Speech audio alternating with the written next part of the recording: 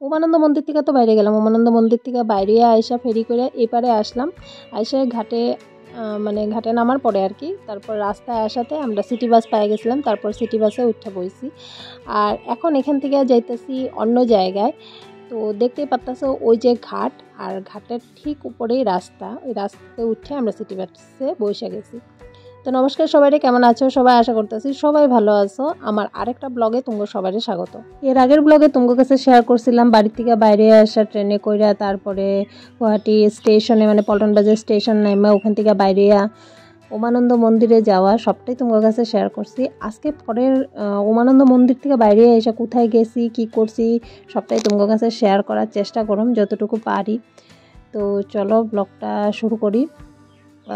আমি তো সিটি বাসে উঠছি, ওঠার পরে তো ওই যে দেখো আমার মানুষটা বসে রয়েছে, আমার মাও তার পিছনে বসে রয়েছে, আর একেবারে লাস্টের সিটে আমি বসে রয়েছি, আমার মেয়ে, আর সাইডে রাহুল, ঝুমা, মধু ওরা বসে রয়েছে। সিটি বাসে আসার পর একটা জায়গায় আমরা নাইমা দিলাম, তারপরে ওইখান থেকে আমরা ছোটো গাড়ি একটা নিয়ে নিছি। আর ছোটো গাড়িতে দেখো প্রথমে ড্রাইভারের সাথে রাহুল বসে রয়েছে মধুরে নিয়ে, আর এদিকে আছে আমার মানুষটা আর মেয়ে, আর ঠিক এই পাশে আমি, মা আর ঝুমা বসে রয়েছি। এখন আমরা পাহাড়ের উপরে উঠতেছি, তার লিগে ছোটো গাড়ি নেওয়া হয়েছে। তো কই যেতেছি কি আসো বিষয় সবটাই তোমরা পুরো ব্লগটা দেখলে জানতে পারবা। আর হয়তো তোমরা কেউ কেউ গ্যাস করেই ফেলাইছো আমরা এখন কই যেতেছি। তো আশা করি ব্লগটা দেখলে ভালো লাগবো। তো চলো আগে পাহাড়ে যাই, তারপর তোমার কাছে সবটা শেয়ার করতেছি। এদিকে দেখো আমার মারে আমরা মাঝখানে বসাইছি, তারও একটা হাসির কাণ্ড আছে কি কম। এদিকে আমি জানলার সামনে বসে গেছি, ওদিকে ঝুমা বসে রয়েছে, আর মাঝখানে মারে বসায় কইছি মা তুমি চোখ বন্ধ করে চুপ করে থাকবা, তুমি এদিক ওদিক কোনো দিকে তাকাইবা না। তার কারণটা হলো আমার মা এমনিতে গাড়িতে উঠলে বমি করে, তো যেহেতু নিচের থেকে পাহাড়ে উঠা হইতেছে, তো আরও ভয় একটা কাজ করতেছে, যদি মাথা ঘুরায় বমি করে, তার লিগা মারে আর আমরা জানলার সাইডে দিই নেই, আমরা দুজন দুই সাইডে বসে, মারে মাঝখানে বসায়, মারে কিছু চোখ বন্ধ করে থাকো। ওই কথা কওয়াতে মা হাসতেও আছে, আবার চোখ বন্ধ করে রয়েছে। মাঝে মাঝে আবার এদিক ওদিক তাকা, আমি আবার বকা দিতেছি তুমি এদিক ওদিক তাকা না, চুপচাপ চোখ বন্ধ করে থাকো। আর পাহাড়ের রাস্তা দিয়ে উঠতে কি ভালো লাগে না? দেখো কি সুন্দর দৃশ্য, তোমার কাছে দেখাইতে দেখাইতে যাইতেছি। তবে না, এই দৃশ্যগুলো দেখতে সব থেকে বেশি রাত্রে ভালো লাগে, কারণ পাহাড়ের উপর থেকে রাত্রের ভিউটা নিচের দিকে তাকাইলে এত সুন্দর লাগে। ওই যে নিচে ছোট ছোট ঘরগুলা দেখা যায়, ওইগুলো তো আর দেখা যায় না রাত্রে অন্ধকারে, কিন্তু ওই ঘরের মধ্যে যে লাইটগুলো জ্বলতে থাকে দেখতে অসাধারণ লাগে। আর হ্যাঁ, তোমার কাছে তো শেয়ার করাই হয়নি আমরা কই যেতেছি। আমরা যেতেছি গুয়াহাটি কামাখ্যা মন্দিরে, যেখানে নাকি আমরা পূজা দিব। আজকে তো হইব না, এখন বাজে 3টা, এখনে গেলে তো কোনো পুজো দেওয়াই হইব না। তো এখনে গিয়ে আমরা একটা হোমস্টে নিব, কারণ এর আগেও যখন 2 বছর আগে আমি যখন কামাখ্যা মন্দিরে আইছিলাম তখন কিন্তু আমি একটা হোমস্টে নিয়ে নিয়েছিলাম আমরা থাকার লিগা। তোমরা যারা যারা আমার পুরানা ভিউয়ার তারা তো জানোই, আগের ভিডিওটা দেখছো। তো ওইরকম করে আমরা আজকে একটা রুম নিয়ে নেবো, কালকে সকালবেলা লাইন ধরে তারপরে পূজাটা দেবো, ওই হিসাবে আমরা আইছি। আর এখন বাজে 3টা, তো এখানে এসে পাওয়া মানে সকালবেলা বাইরনি, বুঝোই তো, ছোটো 2টা বাচ্চারা নিয়ে তেমন কিছু খাওয়া হয়নি। তো ভাবতেছি এখনে গিয়ে আগে খাইয়া নিমো, তারপরে হোমস্টেটা খুঁজো। আর পাহাড়ের উপর থেকে নিচের ঘরগুলা দেখতে, নিচের ভিউটা দেখতে কত যে সুন্দর লাগে তোমরা সবাই জানো। মানে যারা আমার পুরানা ভিউয়ার, সরি সবাই জানো কিনা আমি জানি না, যারা আমার পুরানা ভিউয়ার তারা জানো যে আমি 2 বছর আগে যখন আইছিলাম মন্দিরে তখন হোমস্টেটা যেখানে নিয়েছিলাম ওইখান থেকে মানে নিচের যে ছোট ছোট ঘরগুলা, মানে রাত্রেবেলা যে লাইট জ্বলতে থাকে, এত সুন্দর ভিউ দেখতে, কি সুন্দর। মানে ওই জিনিসগুলো তোমার কাছে শেয়ার করছিলাম, জানি না এবার শেয়ার করতে পারুম কিনা, যদি পারি অবশ্যই তোমার কাছে শেয়ার করুন। তো এখন আমরা আইসা বসছি মন্দির চত্বরের সামনে, ঠিক চত্বরে না, যেখানে গাড়িগুলো রাখা ওখানে নাইমা আমরা এখন যেমন সোজা খাইতে, কারণ প্রচণ্ড খিদা পেয়ে গেছে। তো চলো আগে খাইয়া নিই।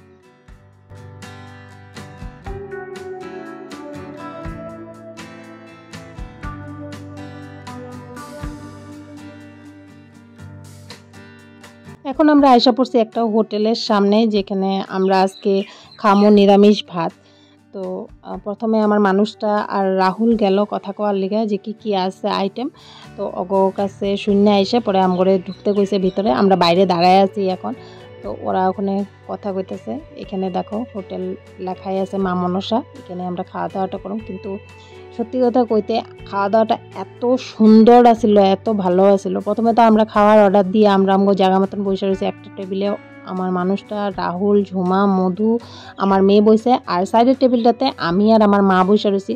3টা বেজে গেছে দেখে প্রচণ্ড খিদা লাগছে। সকালবেলা ওই চা আর পিঠা খাইয়ে এসি, তো খিদা লাগছিল। এখানে রাহুল হাই করতে আছে দেখো, আর ওদিকে আমার মেয়েও আছে, মধুও আছে। এখন খালি খাওয়ার অপেক্ষা, খাওয়ার অর্ডার দেওয়া হয়েছে, খাওয়ার অপেক্ষা, খাওয়াটা আসলে খাইয়া নিমু। খুব খিদা পেয়ে গেছে, খুব খিদা পেয়ে গেছে।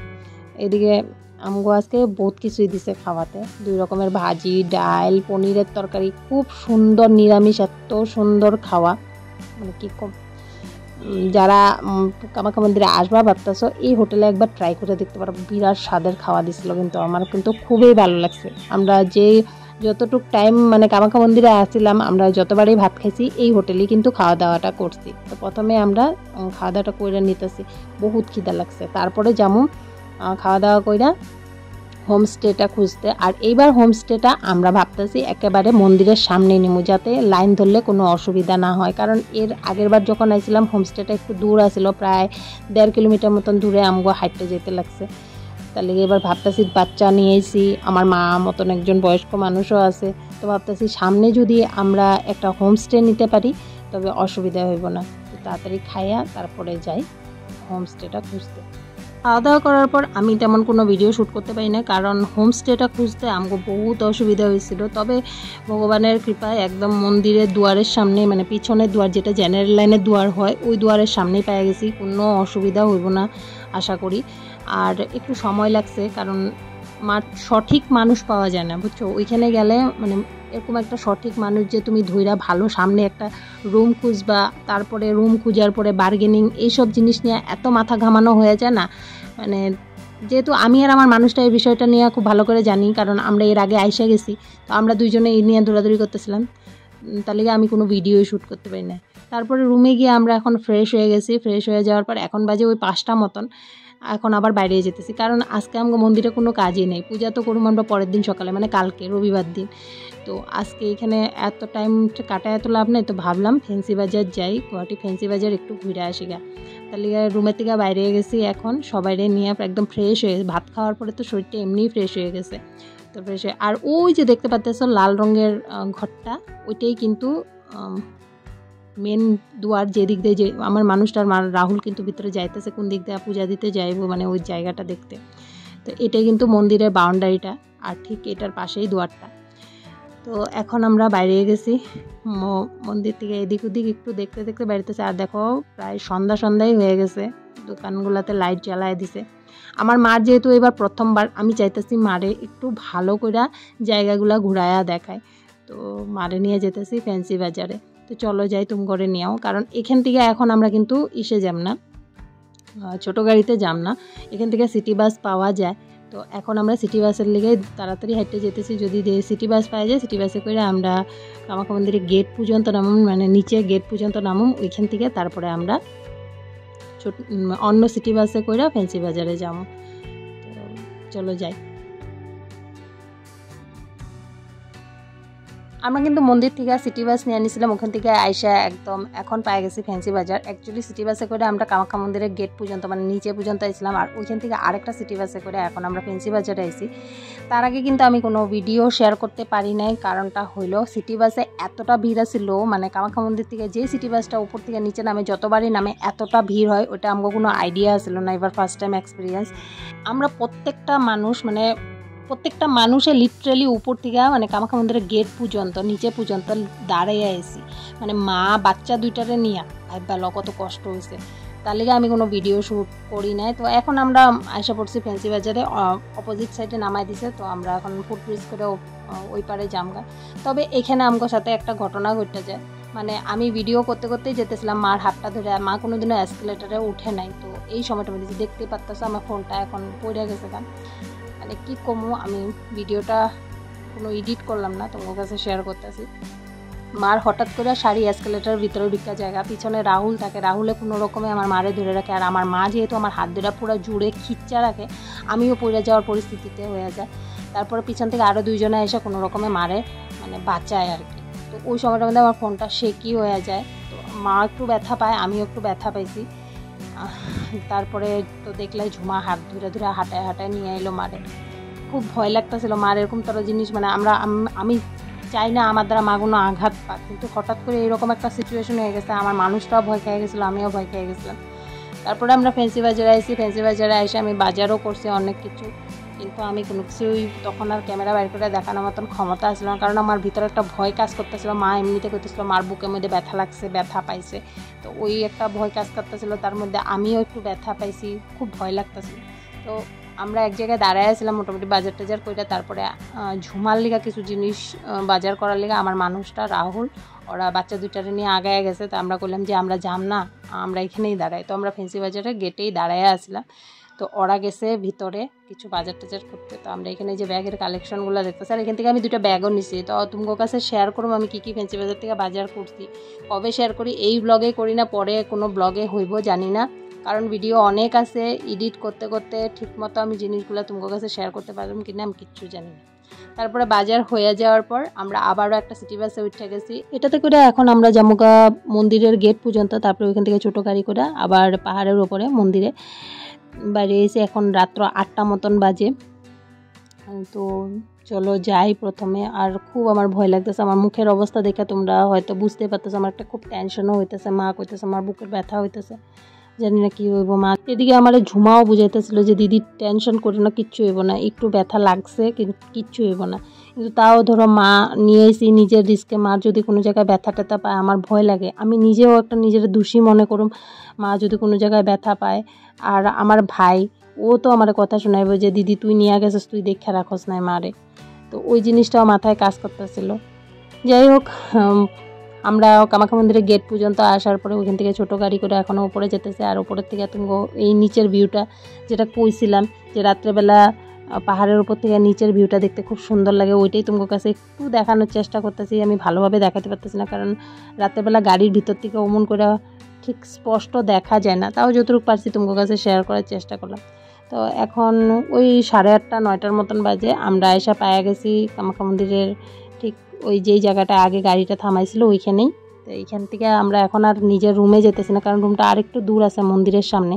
তো ভাবতেছি আগে রাত্রের খাওয়া দাওয়াটা কইরা নেই, তো এখানে গিয়ে শুয়ে পড়ম। তো এখানে এসে আমি আরেকটা কথা জানতে পারি, যেটা হলো আজকে থেকে 2 বছর আগে যে কুপন সিস্টেমটা শুরু হয়েছিল আমরা আয়া পাইছিলাম, ওই কুপনটা আগে মন্দিরের লাইনে দাঁড়াইতে লাগতো, মন্দিরের ভিতরে কুপনটা দিত। কিন্তু এখানে এসে এখনও জানতে পারি ওই কুপনটা নাকি বাইরে দেয় অন্য জায়গায়, ওইখানে আগে লাইন ধরতে লাগবো রাত্রে, ওইখান থেকে কুপনটা কালেক্ট করার পরে তারপরে গিয়া মন্দিরে লাইন ধরতে লাগবো। এটা শুনে আরও মাথা গরম হয়ে গেছে, কারণ এই 2টা বাচ্চারে নিয়া আর আমার মারে নিয়া বয়স্ক মানুষটারে নিয়া প্রথমে কুপন কালেক্ট করুম, কুপন কালেক্ট করে আবার দৌড়ায় গিয়া মন্দিরের লাইনে দাঁড়াবো, জানি না কি হইব কালকে। একটা খুব টেনশন কাজ করতেছিল, বুঝতেও পারতেছিলাম না। এদিকে রাহুল কইতেছিল যে এরকম তোর লাইন দিয়া দাঁড়াইলে হয়তো বা আমরা ঠিক মতন পূজা দিতে পারম না। তারপরে ভিআইপি লাইনেরও ব্যবস্থা আছে, তোমরা তো জানোই কামাখ্যা মন্দিরে 500 টাকা করে জনপ্রতি ভিআইপি লাইন আছে। তো প্রথমে এই লাইনের প্রথমে জেনারেল লাইনের যে কথাটা, এটা শোনার পরে মনটা তো ভেঙে গেছিলো। তারপরে আমি রাহুলের সাথে কথা কই যে ঠিক আছে আমরা জনপ্রতি 500 টাকা দেওয়া হইলেও আমরা গর্ভগৃহেতে যাবো, কারণ আমার মারে আমি ফার্স্ট টাইম এবার নিয়ে আইছি কামাখ্যা মন্দির দর্শন করামো বললা, মারে আমি এমনিতে ঘুরায় নিমু না। তো ওই কথাই আমগো হয়েছিল। পরে ভাবলাম যে না, একবার মন্দিরে মেন পূজারি বা মেন পান্ডার সাথে কথা কওয়াটা আমগো দরকার। তার লিগে প্রথমে আগে ভাতটা খায়া নিতেছি, এটারও একটা চিন্তা আমার মাথায় কাজ করতেছে, মারে কিভাবে গর্ভগৃহে নিয়ে দর্শন করে আনো। তো প্রথমে আগে ভাত খেতে এসি, আগে খায়া দেয়া নেই, তারপরে যেমন মন্দিরের ভিতরে ওইখানে গিয়া মন্দিরের পূজারির সাথে কথা কম। তো খাওয়া দাওয়ার পরে এখন আমরা মন্দিরের ভিতরে ঢুকছি, মন্দির বন্ধ করতে এখনও প্রায় 10:30 মতন। তো ভাবলাম যে মেন গর্ভগৃহে যে পূজারি থাকে ওগোর সাথে একবার কথা কই, তার লিগে মন্দিরের ভিতরটা একটুখানি দেখতেও আইলাম। এত দূর থেকে আইসি মারে দর্শন করতে, আগে তো মন্দিরটা একটু ঘুরা নেই, কালকে মার সাথে গর্ভগৃহে গিয়া মার দর্শন করুম। কিন্তু আগের দিনটা আমি মারে আমার এই ছোট ছোট মোমেন্টগুলো আমি মারে মিস করাইতে চেতেছি না, ভাবতেছি মা যাতে এই জিনিসগুলা পুরাটা মানে পুরা মুহূর্তটা এনজয় করে, তার লিগে মারে আমি সব জায়গাটা দেখানোর চেষ্টা করতেছি। আর ওদিকে রাহুল আর আমার মানুষটা গেছে মেন পূজারির সাথে কথা কইতে। নেক্সট ভিডিওতে তোমরা জানতে পারবা আমরা গর্ভগৃহে জেনারেল লাইনে গেছি না ভিআইপি লাইনে গেছি, পূজারি আমগরে কী করলো সবটাই তোমার কাছে জানাবো। এই ভিডিওটা এখানেই শেষ করলাম, কারণ এত বড় হয়ে গেলে ভিডিওটা ভালো লাগবো না। নেক্সট ভিডিওর অপেক্ষায় থাকো আর সব কিছুই জানতে পারবা। ততক্ষণ সবাই ভালো থাকবা, সুস্থ থাকবা, আর সবাই একবার হাত জোর করে কও জয় মা কামাখ্যা, মা যেন সবারই ভালো রাখে।